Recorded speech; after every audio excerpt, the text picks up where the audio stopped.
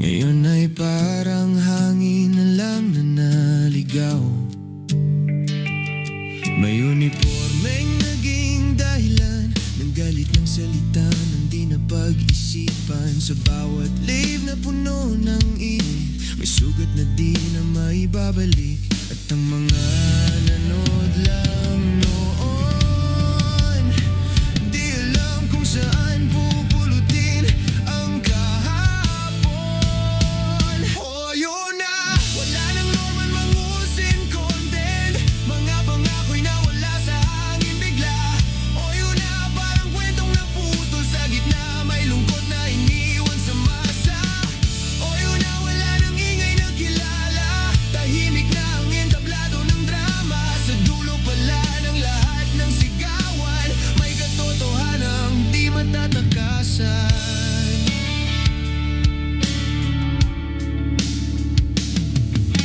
Mga salitang binitawan noon, parang bato na bumalik sa kahon. Mga kaaway na pinagawa na lang, ngayon ay multo na ng nakaraan. Sa social media na parang entablado, lahat ng galit ay lumaking totoo. Pero ang mundo ay di laro lang, may hangganan ng bawat laban. Tahimik na ang screen, dahil wala nang norman mangusin. Oh, yun na, wala nang norman mangusin content. Parang ilaw na kusang namatay. Oh, yun na, sa dilim mo makikita kung sino ang tunay na nagmamahal.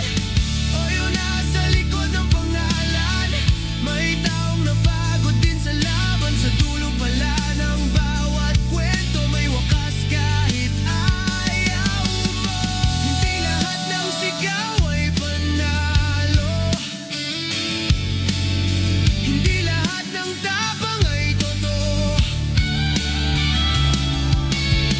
Kapag mundo'y bumalik sa tahimik, doon mo maririnig ang sarili. Oh, yun na, wala nang norman mangusin content. Alaala na lang sa timeline mo.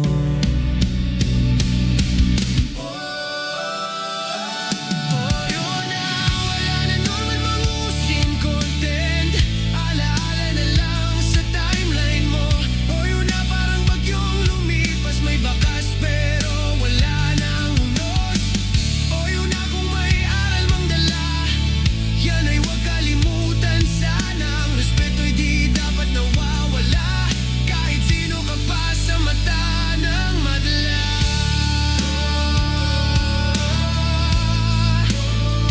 Nawala.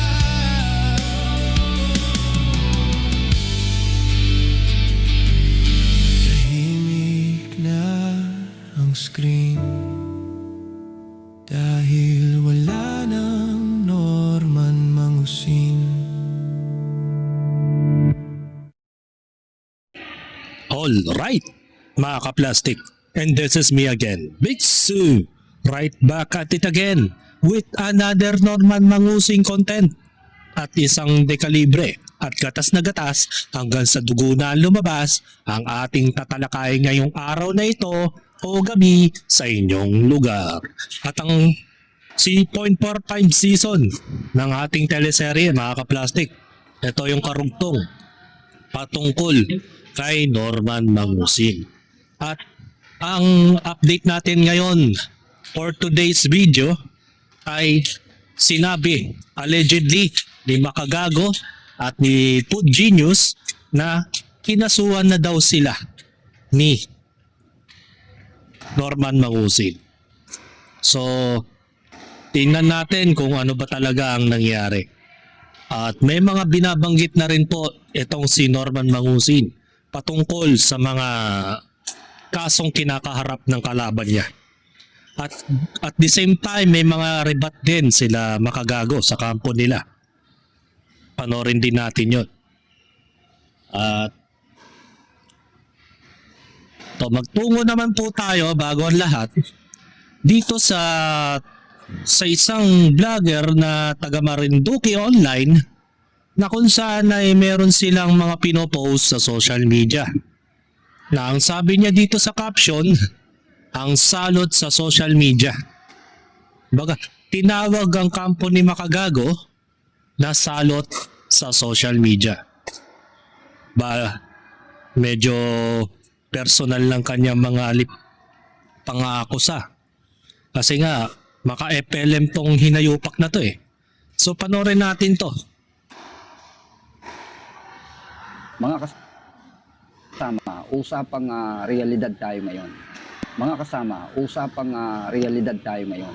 Sa gitna ng pag-usbong ng teknolohiya, nakakalungkot na mas mabilis pang kumalat ang paninira kaysa sa pagtulong. Ngayon, hihimayin natin ang galawan ng mga vlogger na tila ginawa ng karir ang manggamit ng pangalan ng iba. Partikular na ang pangalan ni Francis Leo Marcos para lamang sa sariling bulsa at interes. Hindi na bago sa atin ang mga pangalang Makagago, Friends of Food Genius, Don Sebastian at Mestizong Mangyan. Pero ang tanong ng taong bayan, ano nga ba ang ambag ninyo sa lipunan? Buti na lang, hindi ako nadamay. Di naman ako social media influencer mga kaplastik eh. Baga ako ay isang komentarista lamang na kung saan ay neutral po tayo sa mga pangyayari. Dahil hindi naman po ako kaanib ng kabilang grupo at lalong hindi ako kaanib ng mga kulaong mga kaplastik. Baga, tinitignan natin ang mga ino-overview natin ang mga nangyayari sa bawat isa, sa bawat kampo. Na minsan may nakikita rin tayong mali sa mga ginagawa nila. Hindi nga lang napapansin ng kabilang kampo kasi nga nakatutok sila sa issue ng bawat isa. Hindi nila nakikita na mayroon din pagkakamali yung kabilang kampo na umabot sa puntong muntik na mademanda. Pero hindi ko nasasabihin yun, baka mamaya maging bala ng kampo ni Kulaong ito, mga kaplastik. So, hindi ko sa sinasabi na ako'y bias, something like that. Pero, ang pangit sa pandinig, mga kaplastik, na dahil daw sa teknolohiya, ay mas napabilis daw ang mga paninirang puri sa isang individual. At the same time, magpasalamat kayo sa bagong teknolohiya ngayon dahil isipin mo kung hindi dahil sa social media, hindi mapapabilis ang panloloko ng iyong pinagtatanggol na FLM na sinasabi mo. Diba? Genius, Don Sebastian at Mestizong Mangyan. Pero ang tanong ng taong bayan, ano nga ba ang ambag ninyo sa lipunan? Naging kalakaran na ng mga grupong ito ang gumamit ng clickbait o negatibong naratibo sa halip. Paano naging clickbait ang mga nakikita natin sa social media na kung saan pinagmumura niya yung nanay niya, pinagloloko niya yung mga OFW? Paano naging clickbait yun? Minsan kasi nasa harapan mo na yung katotohanan, patuloy ka pa rin nagtatanga-tangaan sa sarili mo.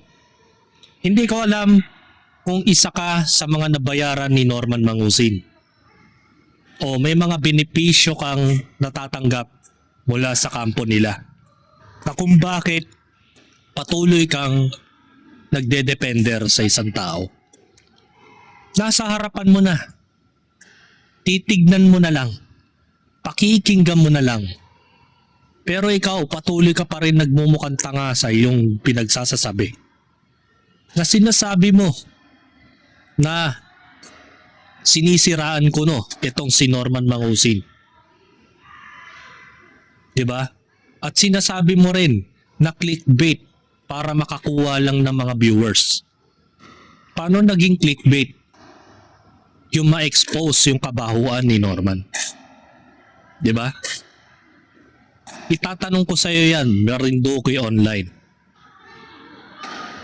Bakit naaatim mong magbulag-bulagan sa mga nangyayari, sa mga negatibong ugali ng iyong amo at patuloy ka pa rin naniniwala sa taong yan? Magkano ba ang nabayaran sa'yo ng taong yan para magsalita ka ng ganyan? Diba? Halata naman na binayaran ka. And that's the reason why kaya napakababa ng engagement. Kahit na malaki ang iyong followers. Malaki nga ang followers mo pero yung mga followers mo hindi na naniniwala sa'yo. Diba? Na maghatid ng impormasyon o inspirasyon, ang puhunan nila ay mga panggagago at pagpapakalat ng puot. Bakit? Dahil alam nilang ang drama ay mabilis pagkakakitaan. Kitang-kita ang pattern, gagamit ng sikat na pangalan, gagawa ng issue, at pagkatapos ay magpapakapulis o magpapakahenyo sa harap ng kamera. Ito ay isang malinaw na anyo ng exploitation, ginagamit ng ibang tao bilang hagdan para sa umaakyat ang kanilang subscriber at revenue, habang ang biktima ng kanilang paninira ay pilit nilang ibinabaot. Ang tunay na vlogger at media practitioner ay may responsibilidad sa kanyang tagapakinig. Pero ang mga vlogger na ito, anong mabuting gawa ang naibigay nila sa bayan? Marami. Tulad ng awareness, public awareness, na sa gayon kung sino man ang nakapakinig o sino man ang nakarating, kung saan man nakarating ang video nila Makagago o Genius at iba pa, maliban sa akin kasi nga mababa lang naman ang aking viewers, napakaliit lang, maski sa kanila na lang. Baga public awareness po yun. Nakita mo naman, di ba? Sa mga nagdaang panahon kung paano siya magmura sa harap ng live stream. Bakit hindi mo nakikita yon? Napaka-cognitive bias mo naman. Tapos sasabihan mo pa na for the clout, for the views. Yun. Given na yung for the views kasi alam mo, public awareness nga yung pinag-uusapan. Diba? Pag sinabing public awareness, hindi po siya paninira. Ito ay isang babala o mag-ingat kayo sa mga kagaya mo na patuloy na nanloloko. Binabalik ko ang katotohanan. Binibigyan mo ng katangahan ng sarili mo. At hindi po namin pinapractice ang pagiging yung parang sinasabi mong nagmamagaling kami o something else. Yun ay dahil may nakikita kami mali na hindi na maganda sa mata ng mga tao. Kaya wag kang dyan. Kahit ikaw rin naman, nakikidick ride ka rin naman. Kung hindi ka gagawa ng algorithm ni Norman, hindi ka rin mapapansin ng mga netizens. At mabuti na nga lang, mababa ang retention mo. Mababa ang engagement mo. 18 likes lang. Wala na. Kasi nga, wala namang kakwenta-kwenta yung mga opinion mo eh. Pinagtiyagaan lang kitang i-content eh. Isama sa content ni Norman. Pagtayo ba sila ng kabuhayan para sa mahihirap? May naitulong ba sila sa mga nangangailangan sa gitna ng krisis? Meron. Ang naitulong nila is public awareness nga. Na ma-mitigate, na maloko nyo. At paniwalain nyo yung mga OFW, especially ang mga senior citizens at mga estudyante na walang kaalam-alam patungkol kay Norman. Yan kasi yung mga madalas nyong maloko. Yung mga senior citizens na wala na masyadong skeptic sa kapwa. Pangalawa, yung mga estudyante na he didn't know about Norman Mangusin. Siyempre, yung mga yan, ang mga pinagkakaabala ng mga estudyante ay pag-aaral. Kung mayroon man social media, maglilibang-libang lang sa TikTok yan. The rest, hindi naman nila interested na makinig ng mga usapin tulad nito. Lalo na kung underage pa yung mga estudyante. Hindi naman nila napapanood yung mga ganitong content dahil kapag nag-upload ka sa YouTube, hindi po considerate na napapanood na minor de edad tong mga videos ko. Kasi nga, sineset up ko siya as hindi siya related sa mga children's content. Kaya yun ang mga tinatarget ni Norman. Kung matalino kang tao, alam mo kung ano, kung sino at alin ang dapat mong iskamin. Yung mga taong walang alam patungkol sa'yo, syempre yun ang iiskamin mo. At yun naman ang mga binubulag ninyo sa mga content ninyo. Diba? Sadyang puro content lang na puno ng mura at pangungutya. Bah, sabihan mo kay Norman Mangusin yun. Si Norman Mangusin yung nagmumura sa live stream niya nung nakaraan bago pa siya nakulong. Hindi naman nagmumura yung mga kalaban niya eh. Bah, sino bang kausap mo? Mga kalaban mo sa social media? Sila makagago? Hindi naman nagmumura yun ah. Diba? Kailan ba nagmura yun? Magpakita ka ng pruweba na nagmumura sila against kay Norman. Baka si Norman kotang-kota sa pagmumura. Diba?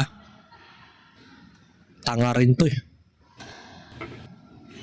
Hindi dapat hinahayaan ang ganitong uri ng gawain na magpatuloy na walang pananagutan. Ang cyber libel at ang pagpapakalat ng maling impormasyon ay may katapat na batas. Kung ang tanging layunin mo ay sirain ang dangal ng kapwa para sa kumita ng dolyar, hindi ka vlogger. Isa kang opportunist. Dapat lamang na ireklamo at kasuhan ang mga mapang-abusong content creator na ito. Ang social media ay dapat na plataforma ng pagkakaisa, hindi pugad ng mga pasaway na walang inatupag kundi ang manggulo. Alam ko, si Norman Mangusin yung pinapatama mo rito. Dapat yan ang binibigyan mo ng legal action. Diba? Huwag mong gawing tanga yung sarili mo. Dapat yun ang bigyan mo ng legal na action. Di ko alam kung magkano yung binayad dito sa taong to. Kung makapagsalita. Ay nako. Sana hindi ka lamunin ng lupa sa kinatatayuan mo. Huwag tayong maging bahagi ng kanilang kita. Huwag i-share ang negativity. Piliin natin ang mga vlogger na may malasakit at tunay na serbisyo sa mamamayan. Ang ganda ng picture ah. Parang ano ba yan? Interment ba yan? Ay nako. Tapos, eto. Isa sa mga mali mong ginawa, alam mo, yung logo ng bagong Pilipinas na government. Hindi mo dapat ina-attach yan kay Norman Mangusin. Sa bagay, ang nag-imbento ng logo na yan, kaapelido din niya, na parehas din bangag. So magtungo naman tayo sa part 2 ng kanyang mga paliwanag patungkol sa kampo ni Makagago. Alam niyo mga kababayan, ako'y nabivisit na dito sa 4 na vlogger na ito. Itong gumamit ng pangalan ni Francis Leo Marcos. Ha? Sumakay lang sila sa kasikatan ng tao Palibasa, itong si Francis Leo Marcos, na mas kilala sa pangalang Norman Mangusin, ay sumikat ito sa pagtulong ng panahon ng pandemya. O kaya ngayon, anong Sumikat talaga. Sumikat sa panloloko. Paano naging sumikat? Kaya lang naman pumutok yung pangalan niya dahil sa naaresto siya nung nakaraang pandemya. Diba? Wag mong gawing famous yung tao. Ni hindi nga alam ng ibang tao yung identity niya. Kahit kapitbahay ko, hindi nga kilala si Francis Leo Marcos eh. Paano naging sikat yan? Diba? basa, itong si Francis Leo Marcos, na mas kilala sa pangalang Norman Mangusin, ay sumikat ito sa pagtulong ng panahon ng pandemya.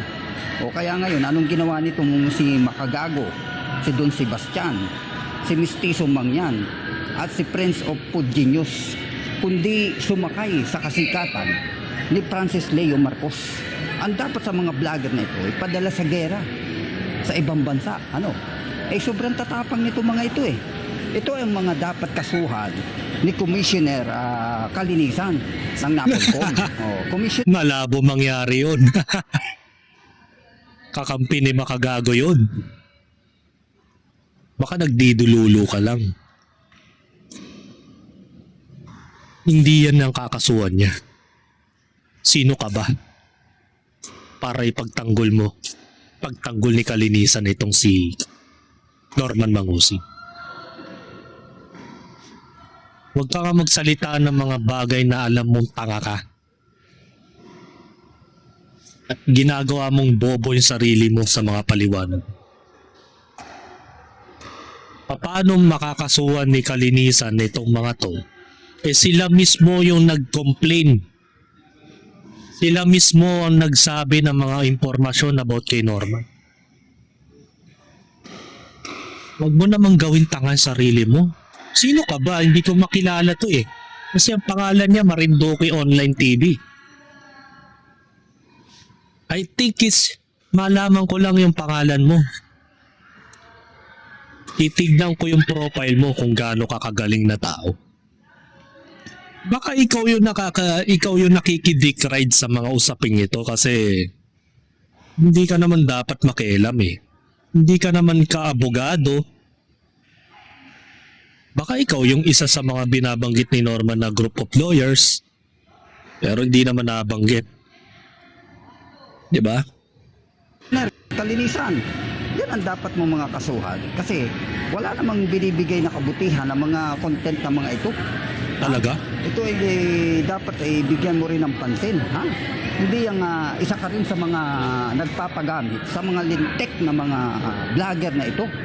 Itong si Makagago, Don Sebastian, Mistizo Mangyan, Prince of Pudginius. Walang ginawa itong mga ito, kundi manira ng manira.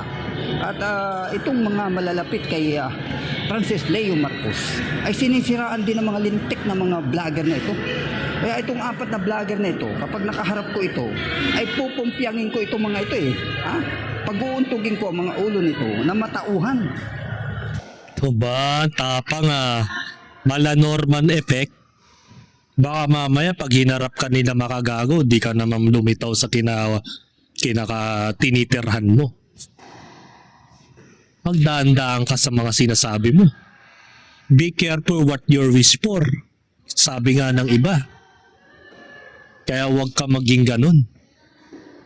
Baka mamaya pag pinatulang ka, baka sabihin mo, for the content lang po ito, huwag mo naman akong patulan. Kawawa naman ang pamilya ko, wala na makain. Diba? Baka ganyan ang sabihin mo balang araw. Kaya magdaan-daan ka sa pinagsasasabi mo. Tandaan mo, lahat ng dumidikit sa amo mo, minamalas. Baka gusto mo masunod. So magtungo naman po tayo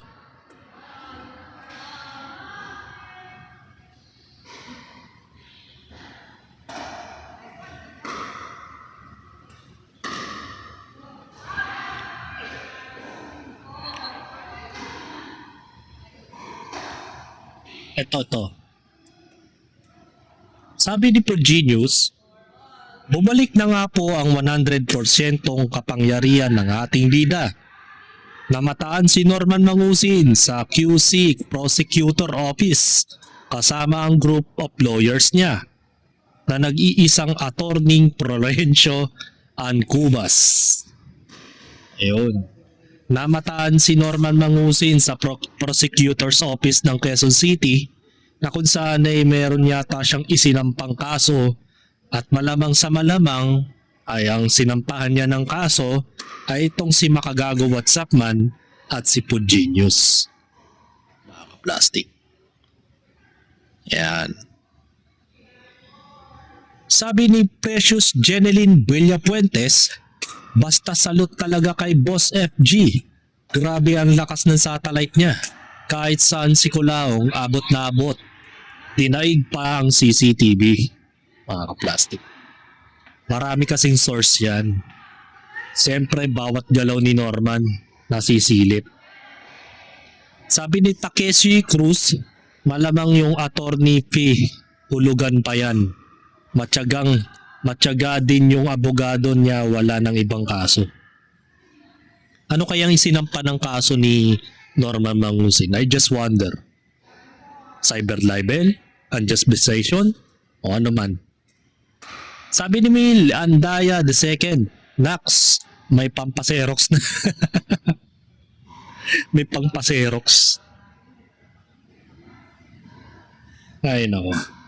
Sabi ni Yak, sabi ni Norman, nauna mo lang ako. Sabi naman ni MG, oo, pinili ko talagang mauna. Alam ko na talaga na hindi ito mananalo sa akin. Pangalawang tryout ko na to sa teritoryo. Ngayon pa lang ako siguro makaka-champion dito ngayon. So yon, ang update natin mga kaplastic ay nagsampa siguro siya ng kaso sa Quezon City Prosecutor's Office kaya nagpipipirma na naman siya doon mga kaplastic. So hindi ko alam kung yun talaga ang kaniyang pinakay doon o baka mayroon siyang kasong kinakaharap din doon kaya pumunta yata doon.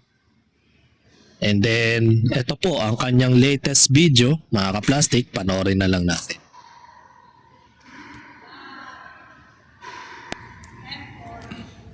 De, galing ako ng prosecutor office. May pamilyang nagsampa ng kaso kay Food Poison. Ako yung ginawang witness ko sino si Food Poison. Palusot. Sabi, another content na naman niyang Yossi yarn. Oo, content nga. Oo. Nakalagay doon, Norman, si Kulaong, nag-Yossi sa loob ng Sheraton, sa loob ng hotel. Bawal yan, di ba? Nananawagan kami sa Sheraton Hotel. Yan. Yan ang content nila bukas. Sige. Oo. Oh, 1 billion percent yun. May nagsampa na ng kaso kay Food Poison sa kanilang dalawang magnanay.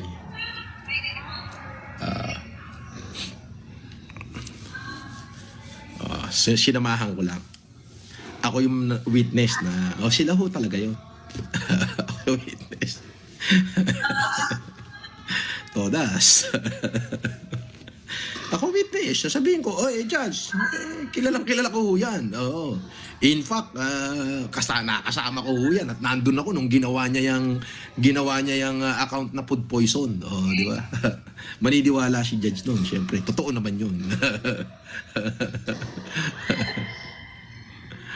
Yari. Robert Relativo, boss, shout out. Bakuryu, The Mole, and Jenny, The Bat. The Mole and The Bat, ha? Bokuryo, The Mole, and Jenny, The Bat, sabi ni Robert Relativo.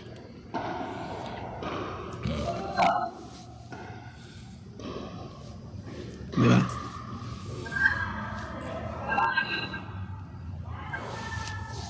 Shout out.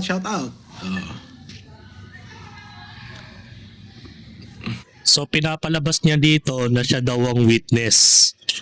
Siya yung tumata yung witness daw sa kaso na isinampa ng isang tao doon kay Progenius at sa mag-ina daw ni Progenius. Nagpapaniwala naman kayo sa mga sinasabi niya. Na hindi nga niya masabi kung ano yung mga problema at ano ang sinampang kaso ng na sinasabi ng biktima na sinamahan daw niya. 'Di ba? At speaking doon sa sinabi mong Yossi, na kung saan ay ikaw ay nag-Yossi sa loob ng Sheraton Resort, ay meron pong rebat itong si Yulen Marcos about dito sa ginawa mo. Ito yung sabi ni Yulen Marcos.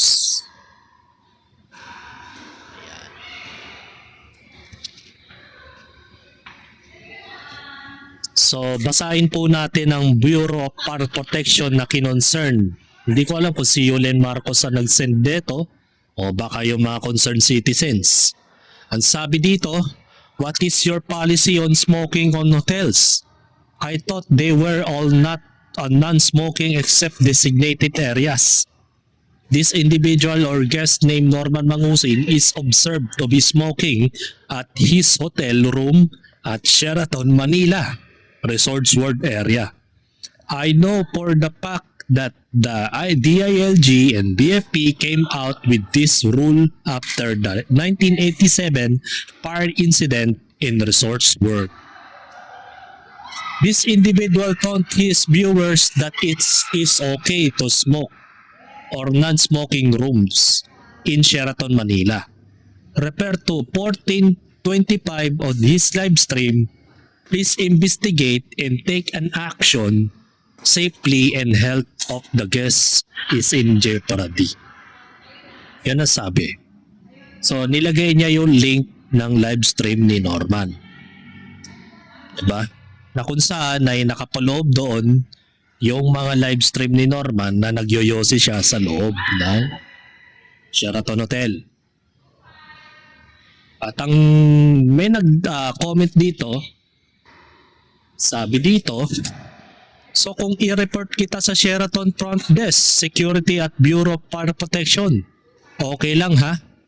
Wala ka bang pakialam sa safety, health ng mga ibang guests dyan? Don't you know the DILG and the Bureau of Fire Protection had come up with that strict no smoking policy noong nagkasunog sa Resort World area? It is content lang sa'yo that you tend to forget about the lives safely of each guest or each close establishments. Pasaway ka talaga. O FLM, wag ka magkunwari na pigang-piga ka na hahaha, walang pera. So, yun yung concern ng commentators o comment sa social media na nangyari na po before na nasunog yung Resorts World area. Gawa ng nagyosi ang mga residente doon. Tapos ito, nagpapakita si Norman Mangusin ng kabalasubasan na naman sa loob ng Sheraton na hindi ko malaman kung bakit hindi nababan doon. Diba noong mga nakaraang taon ay na-content ko na po siya about sa mga pambabalahura niya sa resort sa Sheraton Hotel.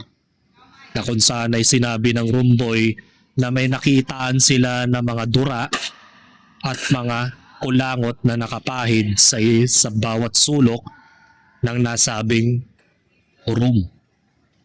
At the same time, napakita rin doon sa live stream niya kung paano utot-ututin niya ang couch ng kanyang dining area. At nagpakita rin siya na yung tablecloth o yung table napkin ay siningahan niya ng sipon after niyang kumain. At bakit nakakapagtaka? I just wonder na bakit hindi binaban ng Sheraton Hotel etong si Norman Mangusin. Meron bang malaking utang na loob itong Sheraton Hotel na kung bakit hindi nila magawang iban o i-restrict yung taong ito na hindi na makapasok pa sa nasabing establishmento? Kasi isipin mo, binababoy-baboy ang mga utensils, mga kagamitan, at the same time, nagyoyose rin sa loob ng hotel, paano na lang kung itulak ng demonyo ang kanyang yosi at napunta sa area na kung saan may madali itong sumiklab? Ano na lang ang damages na ma-possibility na magagawa ni Norman Mangusing? Lalo na ang buwan na ito ay Fire Prevention Month, which is March. Ito na yung klima na kung saan ay tag-init. Diba? Tag-init. Tandaan mo yan. Ang tag-init ay madali po prone tayo sa mga sunog. Kahit pa sabihin mo na konkreto ang iyong tahanan, as long as na yung mga kagamitan mo ay flammable type at madali po siyang dapuan ng mga apoy at madaling kumalat, mag-spread around your house, diba? May possibility talaga na masunog ang Sheraton Hotel dahil sa kapabayaan at sa kabalasubasan ni Norman Mangusing. Pero nananawagan naman ng netizens sa Bureau of Fire Protection at sa DILG upang maaksyonan ang mga ganitong ginagawa niya. So magtungo naman tayo sa pangalawa niyang statement dito, mga kaplastic.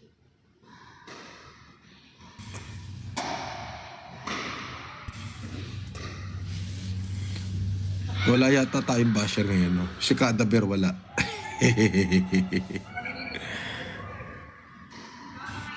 Huwag ka mag-alala. They were always in your side to bash you. Eto. Meron pa nga siyang sinabi, kung magne-negosyo siya, mga kaplastik, ng isang mineral water company, ito po ang kanyang ipapangalan. So ito, panoorin natin. Gawa kaya tayo ng mineral water, Casper?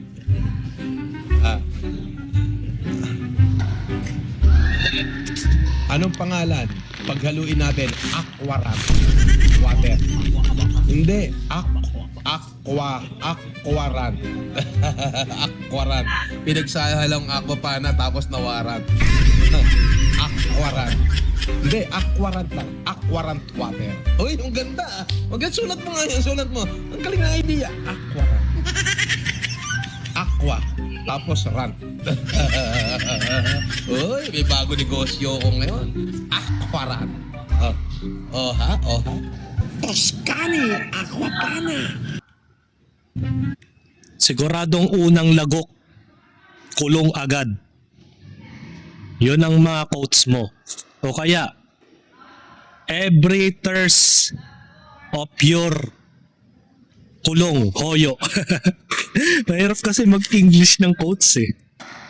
Maganda Tagalog eh. Unang lagok, kulong agad. Di ba, mga kaplastik? Magandang idea yan. Kaso nga lang walang bibili. Hindi tatabo yan. Siguro panghugas na lang yan sa puwet mo, maaari pa.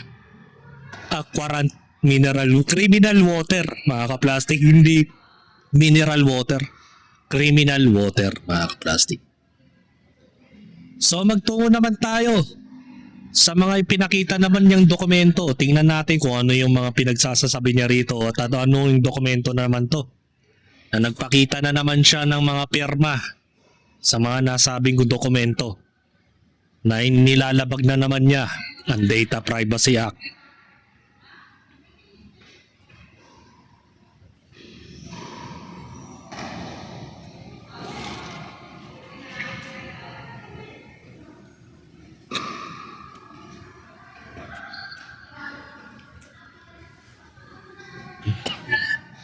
No, nagyoyosi na naman siya. Grabe, no? Ay, good evening. Pagod. Kararating lang. Galing ako ng Quezon City Prosecutor Office.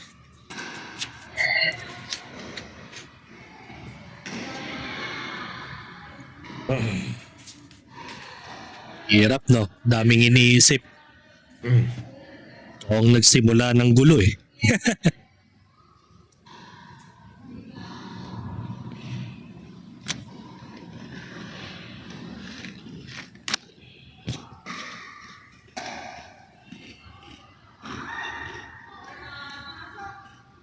prosecutor office kanina.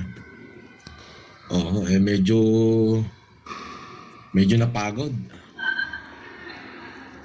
Yosi ka na naman Oy, sa shoutout loob inyo. ng hotel. Kararating-rating ko lang ho. Para maniwala kayo. Baka sabihin nyo yung ano eh. Baka sabihin nyo yung joke. Oh, Pakita na naman siya ng dokumento. di ba? Saan yung may pirma ko? March 25.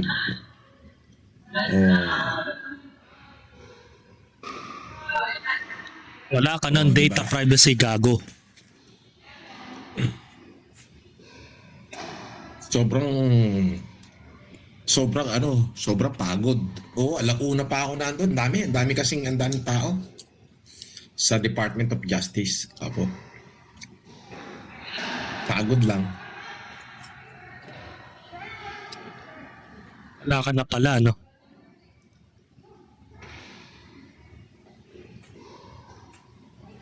Salve Balaoro, shout out.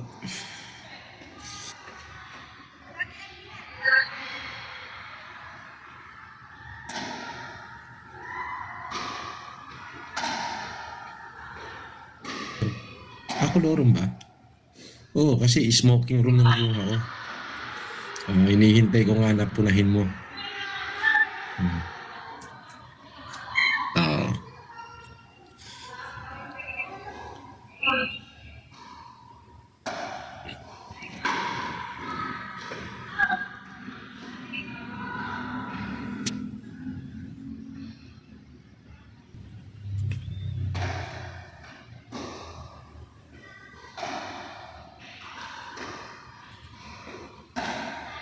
Piskal. Grabe.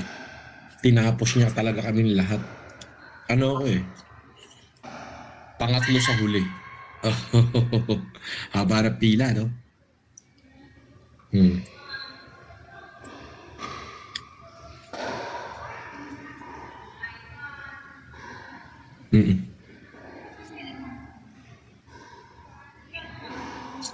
Sabi ni Apolinar, Boss FLM, pa-shoutout kay Winston de la Este. At shoutout sa mga taga-Taytay Rizal Bossing. Syempre, Taytay, kaibigan natin dyan si Pia. Hindi ko alam kung anong position niya. Shoutout kay Winston de la Este. At shoutout sa mga taga-Taytay Rizal. Sabi yan ni Apolinar, for 249 pesos. Paldo.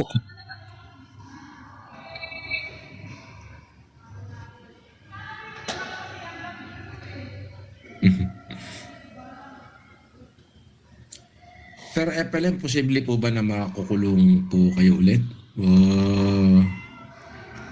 Pag may warrant, makukulong ulit. Oo. Pero magbe-bail. Easy lang, no? Walang problema. Chill lang. And yun lang.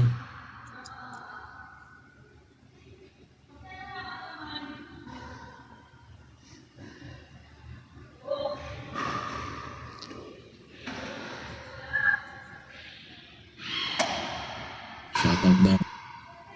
Mr. Papampam, good news ba yan? Pwede. Pwedeng good news.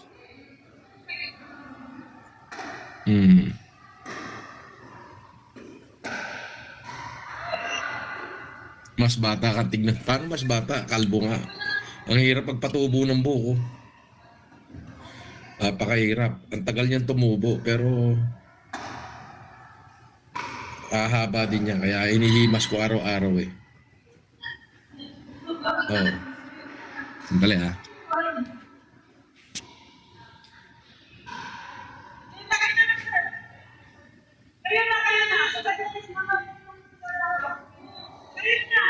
So yun, ayon sa sinabi niya, medyo bad news po o medyo good news ang kanyang kalagayan. So magtungo naman tayo dito sa isa pa niyang pinakita.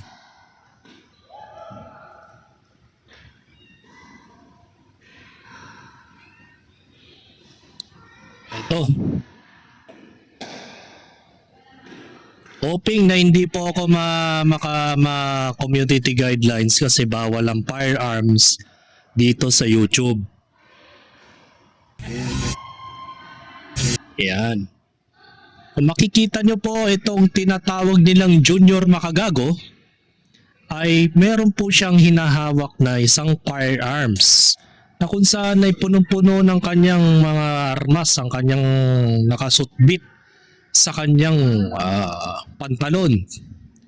At makikita nyo po na kinakalibrate yata niya ang isang Armamite, mga kaplastik, na kung saan ay pinagbabawal po itong gamitin lalo na kung wala po kayong lisensya at hindi po kayo lehitimo na gumagamit nito. Ayon yan sa post ni Boyong the Explorer na kung saan ay pagmamayari ni Alex Pabella. At dahil dyan mga kaplastik,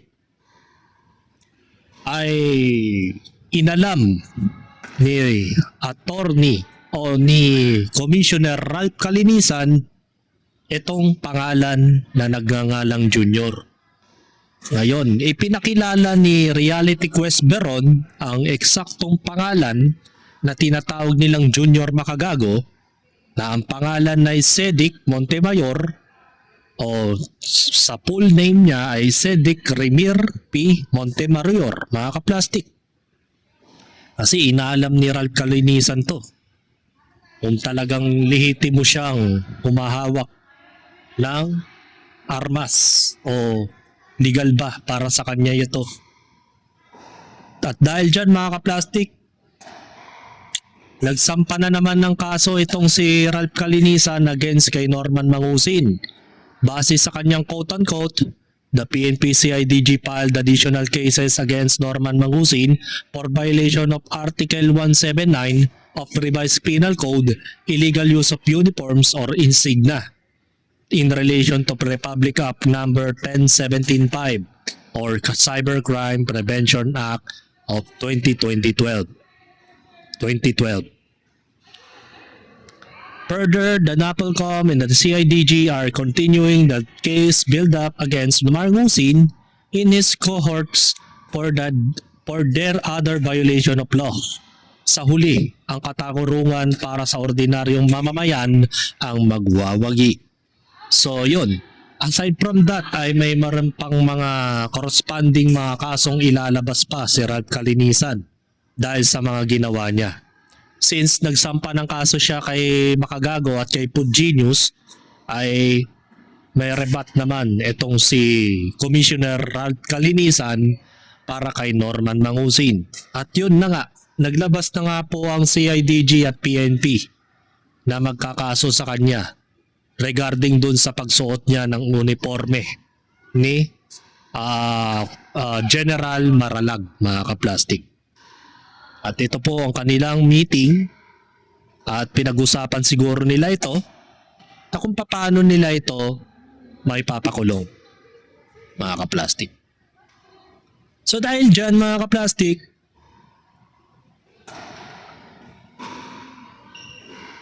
ito po yung mga kanilang post. Ito po yung ito yung babasahin ko muna yung kay Food Genius. Kinasuhan na naman pala si FG ni Norman Mangusin sa QC. Kala ko ba magko-concentrate ka na lang sa hanap buhay? At ito naman ang sabi ni Makagago WhatsApp man, Norman Mangusin naman, bakit mo naman ako kinasuhan sa QC? Nagkaso ka sa akin sa Isabela, Paranaque, ngayon naman sa QC. Tindi mo naman, 3 residente mo. Kala ko ba hindi mo na ako iniisip. So yun. At dahil dyan mga kaplastik, eto pa po ang karugtong ng mga sinabi ni Norman Mangusin sa kanyang isinampang kaso sa kampo ni Makagago. Sabi ni Ma'am Jaja Cap, food, sabi niya, matindi pangangailangan ni food poison kaya di titigil sa kaka-content sa pandemic hero natin, Amber Jade. Ba? Oo nga naman, no? Matindi talaga. Hindi, ano yan? Hindi makaget over sa akin yan. Si food poison. Pogi ko kasi. At hindi naggalit sa akin eh. Oo. Ano yan? Parang si Mr. Papampam. Iyan. Hindi nanggalit sa akin niya si food poison. Akala naman nila, hindi ko pa sila kilala. Bukayo na. Oo.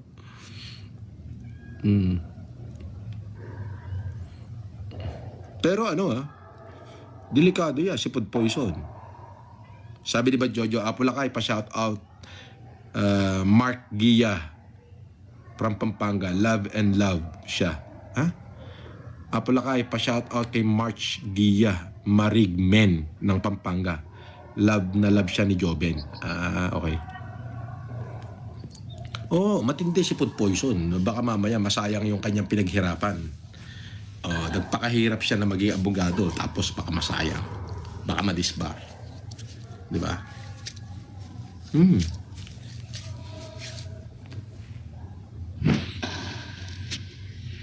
Boss, taga Novaliches ka, di ba, dati? Yes! Naman, sinasabi naman niya na abogado naman nitong si Food Genius. Ano ba talaga? Marami ka nang sinasabi na kung ano-ano about kay Food Genius. Ngayon naman abogado. Bakit ganun? Abogado raw? Ay nako. So ngayon, ito pa lang po ang kanyang mga kaso. Aside from that, ito po yun, isa pa, yung mga issue niya about sa Sheraton Hotel. Na kung saan ay nagyoyosi siya sa loob ng hotel. Pangalawa, kumakain siya na nakasombrero bilang pagwalang respeto sa pagkain, mga kaplastik. Doon mo makikita ang etiquette ng isang tao na kung ano ang klaseng behavior na meron siya sa pamamagitan ng ginagawa niya sa pang-araw-araw na buhay.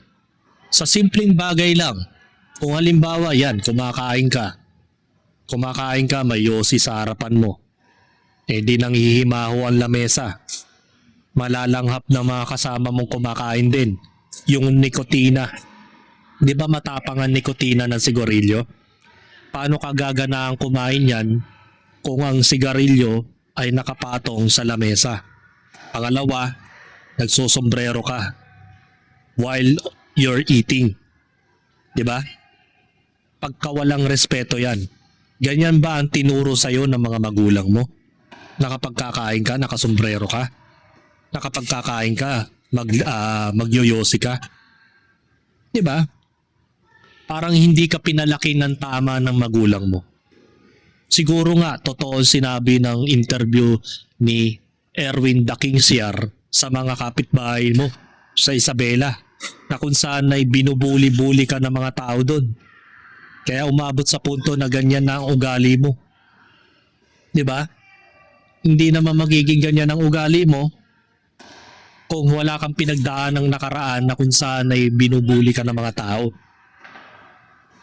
Di ba? Malinaw na ganun ang ginagawa mo.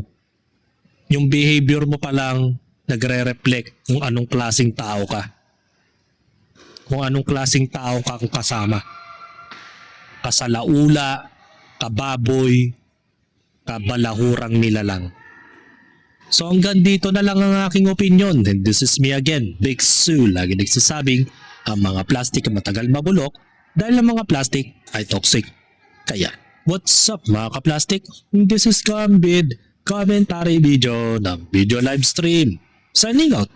Alright. Mga ka-plastic, kung nagustuhan nyo ang aking video, i-subscribe nyo lang ang aking channel. At the same time, i-hit nyo rin ang notification bell at yung all para ma-notify kayo sa aking susunod ko pang video sa aking YouTube channel. Maraming salamat po mga ka-plastic.